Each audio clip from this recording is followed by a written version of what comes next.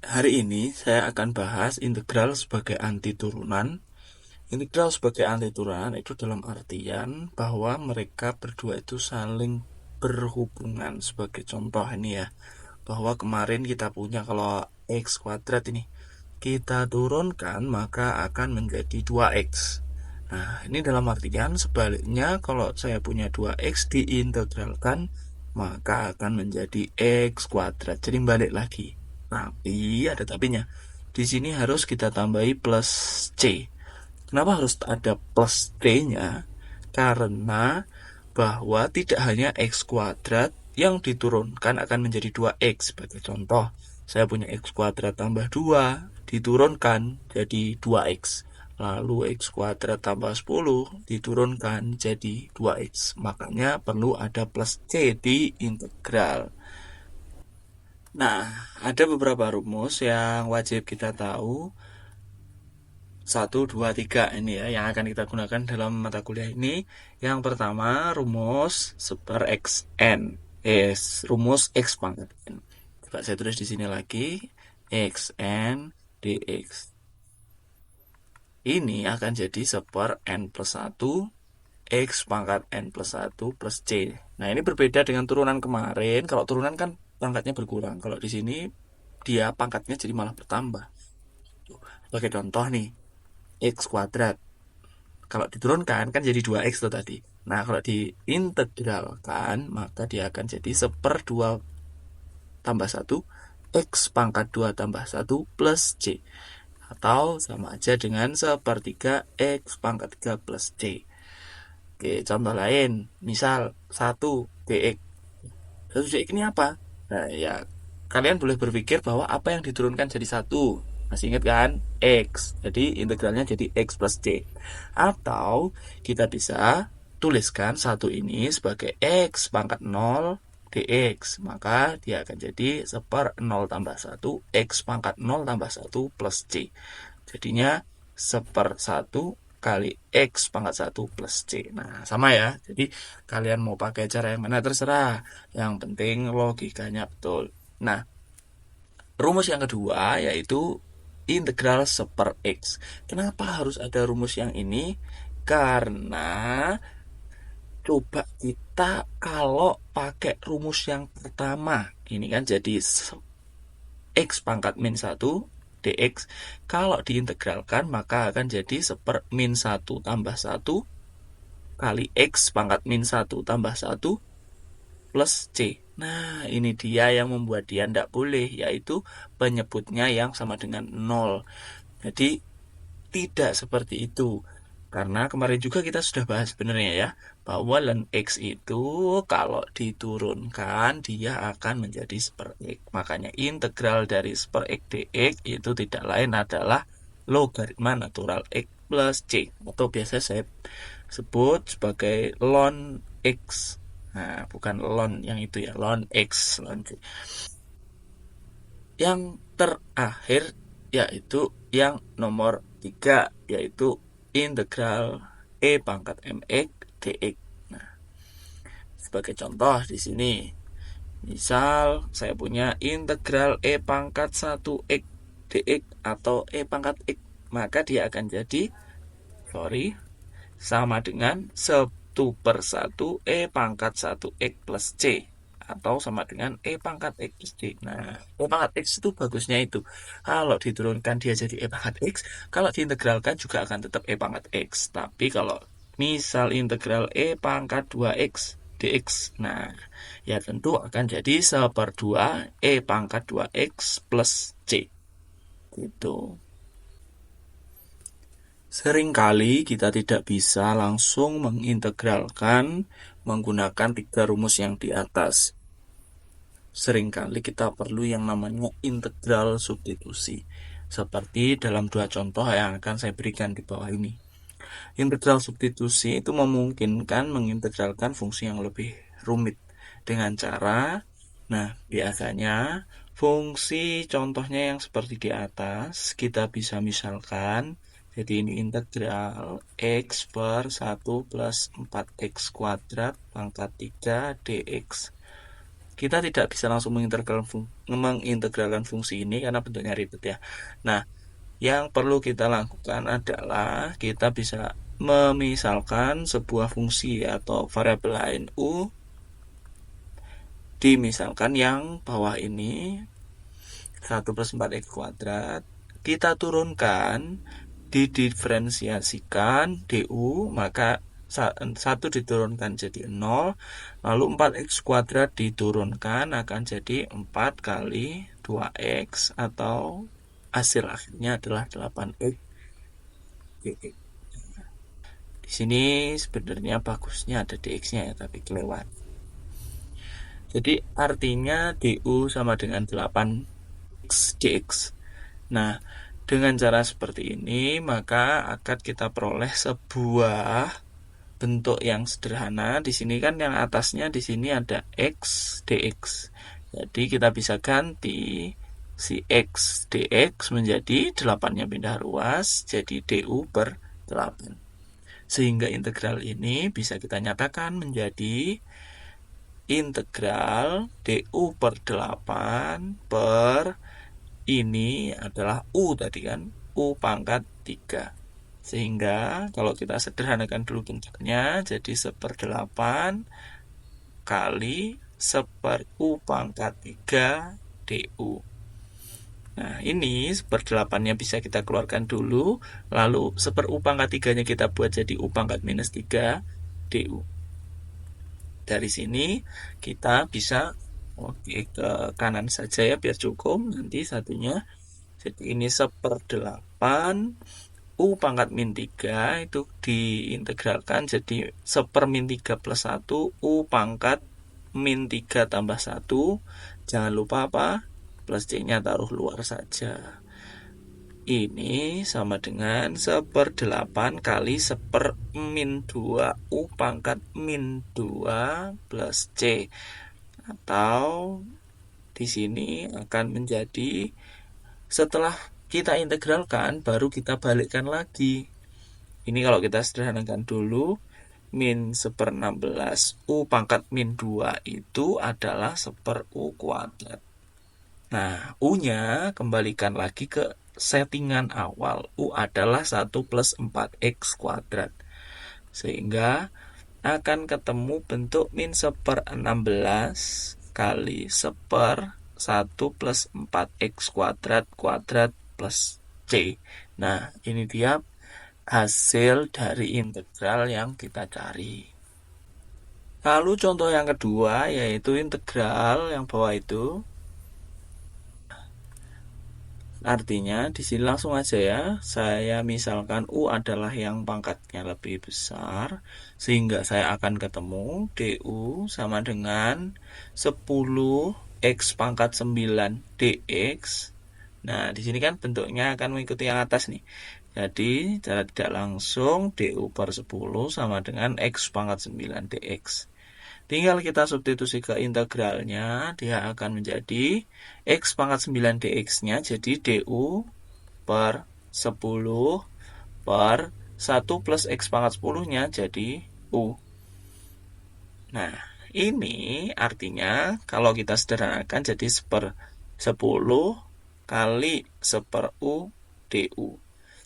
Sederhanakan lagi, 1/10-nya keluarkan jadi 1/u du.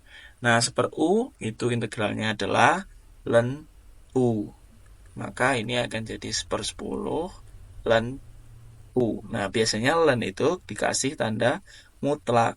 Karena logaritma ln itu wajib nilainya positif. Jadi, kita ketemu hasil akhirnya 10 ln mutlak u plus c. Tapi oh ya, belum selesai ya. U-nya belum kita substitusi ulang menjadi 1/10 ln 1 plus x pangkat 10 plus b. Nah, ini dia hasilnya. Oke, langsung saja yuk kita coba melihat sebuah fungsi biaya marginal yang di sini ditentukan rumusnya ini, tentukan biaya total. Nah, ini adalah marginal. Kita ingat marginal itu adalah turunan dari total. jika diketahui fixed cost. Oh, ini untuk mencari konstantanya. Ini kalau ada fixed cost-nya, konstantanya nanti ketemu. Jadi fungsi biaya total atau TC itu adalah integral dari MC, lalu ini variabelnya Q ya, DQ.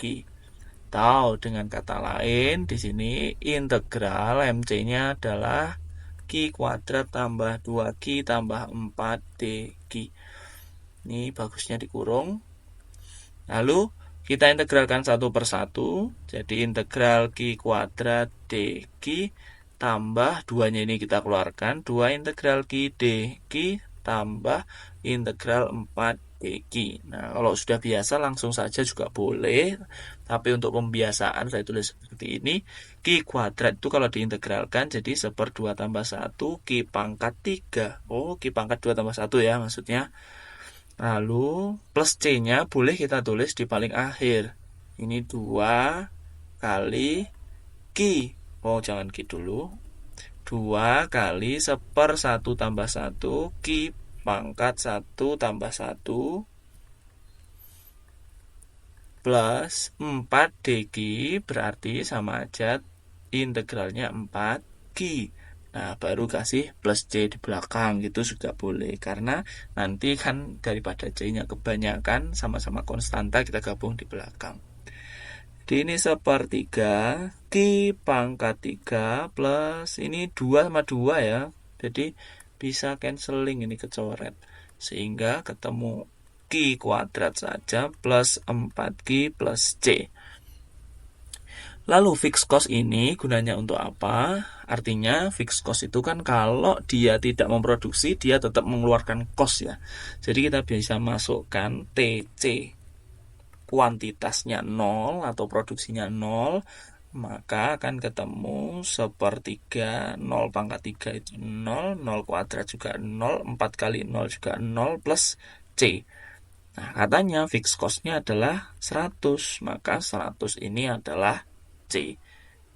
Jadi, ketemulah kesimpulannya TC sama dengan 1/3 Q pangkat 3 tambah Q kuadrat tambah 4Q tambah D-nya adalah 100. Nah, ini adalah TC atau fungsi biaya total yang telah kita temukan.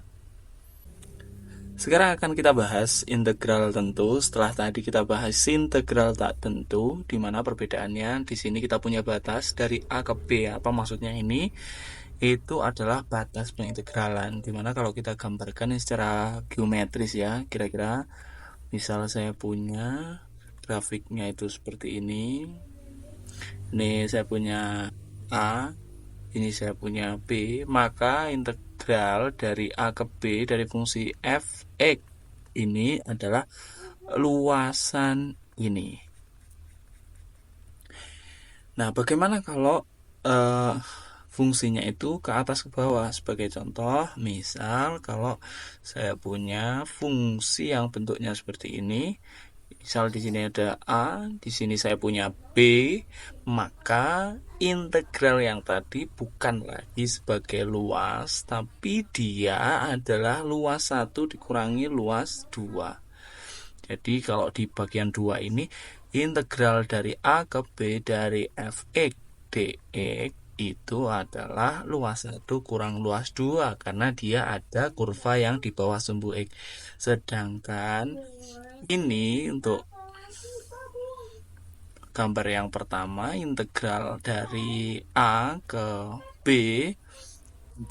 f(x) dx itu adalah luasan L. Bagaimana kalau kita balik? Misal dari B ke A dari f(x) dx, maka hasil integralnya adalah minus dari luasnya ini. Lalu di sini yang diperkenalkan lambang baru yaitu F besar, di mana F besar ini adalah hasil integral dari yang telah kita bahas tadi. Jadi misal kalau saya punya f(x) sama dengan 2x, maka F besarnya adalah x kuadrat plus c, yaitu fungsi yang sebelum diturunkan atau hasil integral yang tadi.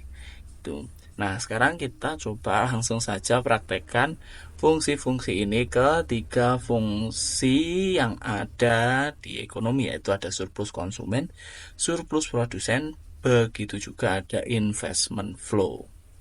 Pertama, kita akan bahas surplus konsumen. Nah, di sini surplus konsumen itu dia mengikuti fungsi permintaan. Nah, fungsi ini yang melihat bagaimana konsumen itu membeli barang atau bisa juga disebut daya beli konsumen.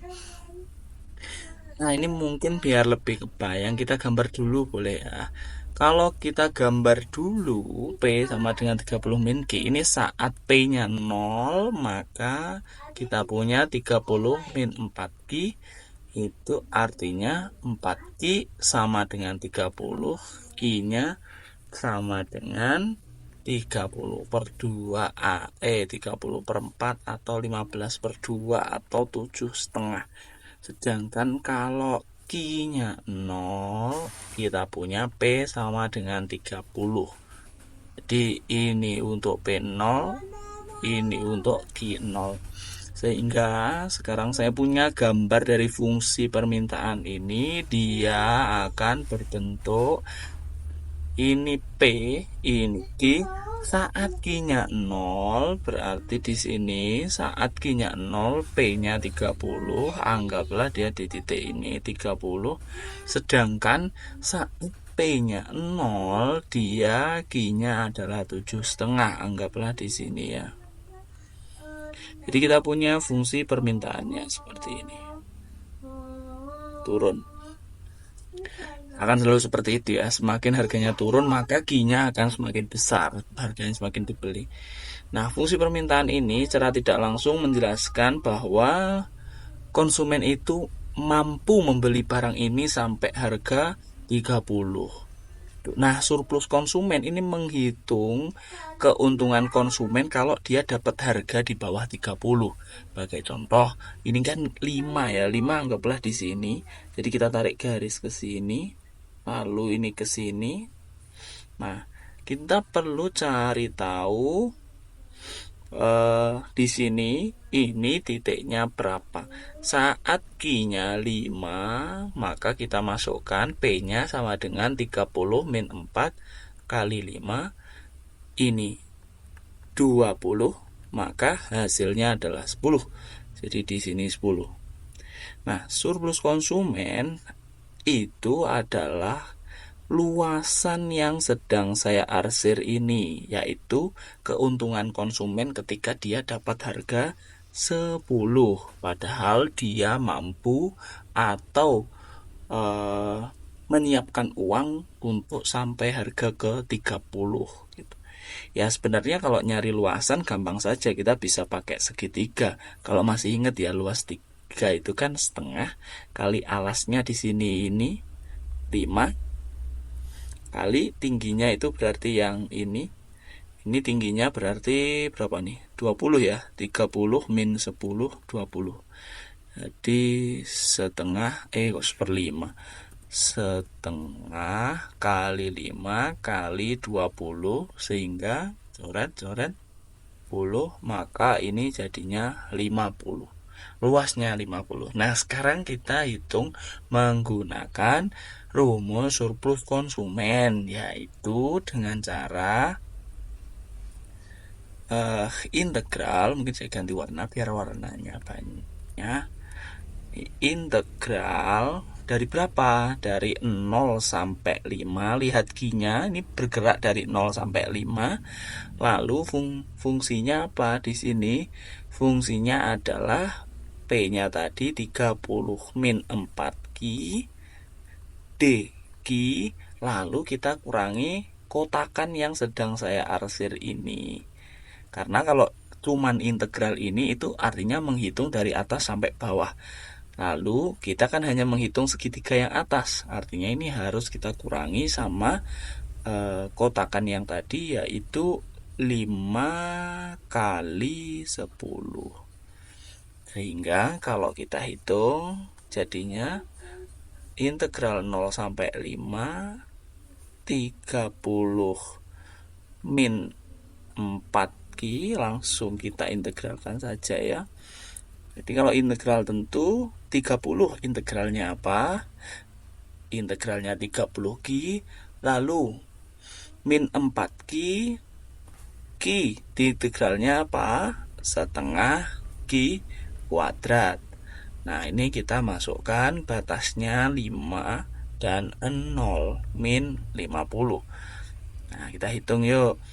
Sekarang kita langsung masukkan 5, tidak apa-apa, sehingga yang kita peroleh di sini 30 kali 5 min 4 kali 2 bisa kita coret jadi 2 ya. 2Q kuadrat artinya 2 kali 5 kuadrat min, ini kalau kita masukkan 0 ke sini hasilnya 0 ya. Ini kan ada Q-nya semua, jadi kalau kita masukkan hasilnya 0, min 50 yang akhir ini. Jadi ini hasilnya 150, min 2 kali 5 kuadrat itu 25, berarti min 50, min 50. Sehingga 150 min 50 jadi 100, min 50 lagi jadi 50. Nah, lihat hasilnya sama saja gitu ya, memang harusnya sama. Oke, itu dia surplus konsumen, atau secara umum ini bentuk fungsinya adalah dari A ke B, lalu ini adalah fungsi permintaan PD, lalu ini DQ min, di sini biasanya Q0 P0. Nah, ini bisa digaris kode. Nah, itu.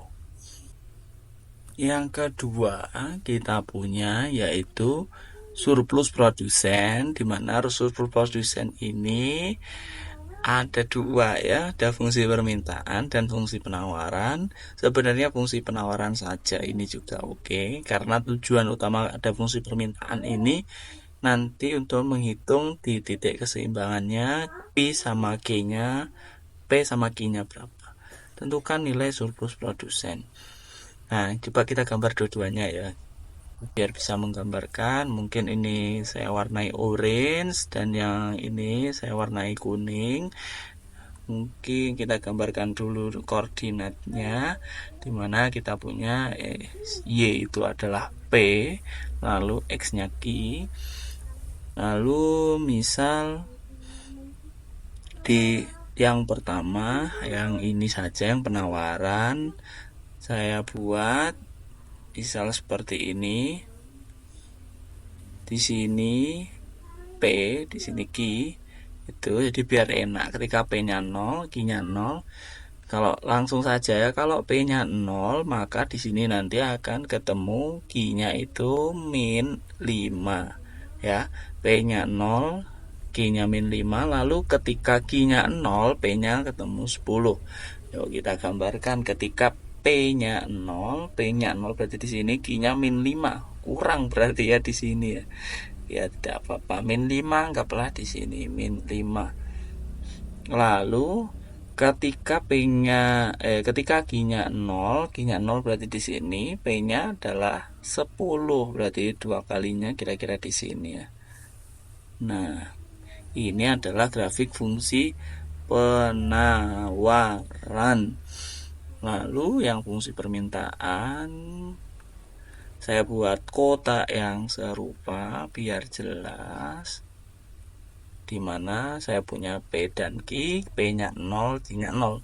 Kalau P-nya 0 saya masukkan ke sini, maka Q-nya ketemu 25. Kalau di sini saya masukkan Q-nya 0, maka P-nya ketemu 50. Maka saya bisa masukkan ketika P-nya 0, Q-nya 25, anggaplah di sini ya. Lalu ketika Q-nya 0, ini ketemu 50, anggaplah di sini. Maka garisnya ke bawah seperti ini fungsi permintaan. Setelah ketemu fungsi permintaan dan penawaran, kita hitung ini titik potongnya ini berapa. Titik potong. Nah, disitulah akan kita hitung fungsi penawaran. Nah, fungsi penawaran tuh yang mana? Saya akan ganti warna lagi. Fungsi penawaran itu yang sedang saya arsir di sini.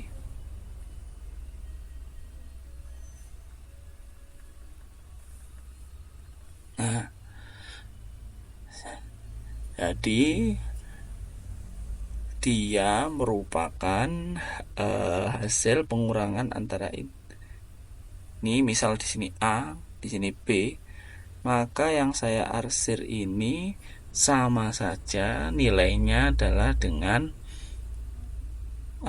Q0 P0 min, jadi kebalikannya yang fungsi yang surplus konsumen dari A ke B. Di sini gantian adalah fungsi penawaran. Penawaran tuh supply DQ. Nah, ini dia adalah rumus produsen.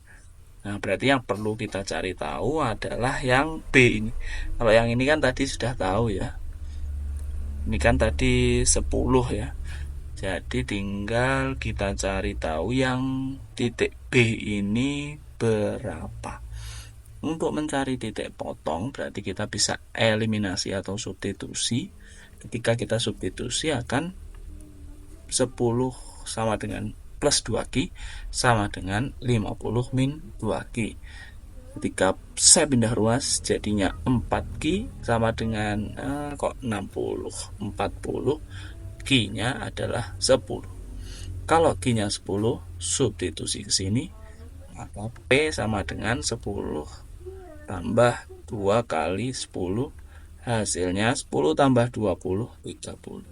Jadi titik ini adalah 10, sedangkan di sini dia 30. Oke ya, tinggal kita masukkan ke dalam rumusnya ini. Artinya ini adalah 30 kali 10 min integral dari 0 sampai 10. PS-nya tadi apa? 10 tambah 2Q DI.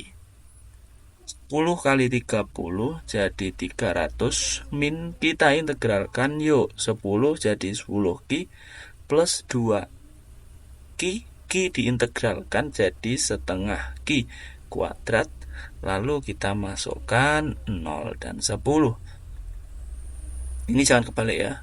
Kalau nulisnya kebalik maka masukinnya kebalik, hasilnya minus. Ini jadi 300 min, kita masukin 10 jadi 100 tambah 2 kali setengah yang jadi 1 toh. 10 kuadrat jadi 100. Lalu ini min, kita masukin 0 di sini, hasilnya 0 ya semuanya, ini ada Q-nya semua, masukin 0 jadi 0. Maka di sini saya punya 300 min 200. Jadi hasilnya adalah 100. Jadi surplus produsennya adalah 100. Jadi surplus produsen itu menghitung segitiga yang di atas fungsi penawaran. Kalau surplus konsumen menghitung segitiga di bawah fungsi permintaan ya. Bolak-balik gitu ya, tapi logikanya sebenarnya sama saja. Terakhir akan kita bahas investment flow, di mana investment flow ini sebenarnya artinya adalah modal yang menghitung modal yang bertambah dari sebuah investasi. Dan ini investasinya rutinan, IT sama dengan 9.000 akar T.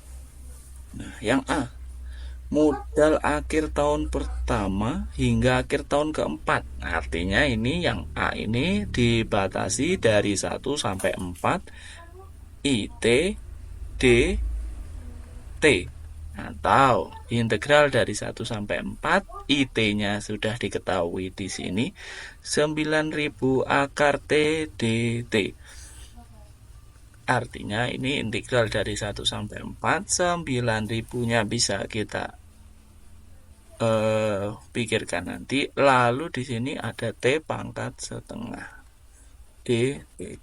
Sehingga ini jadi 9.000. T pangkat setengah diintegralkan jadi 1 per setengah tambah 1.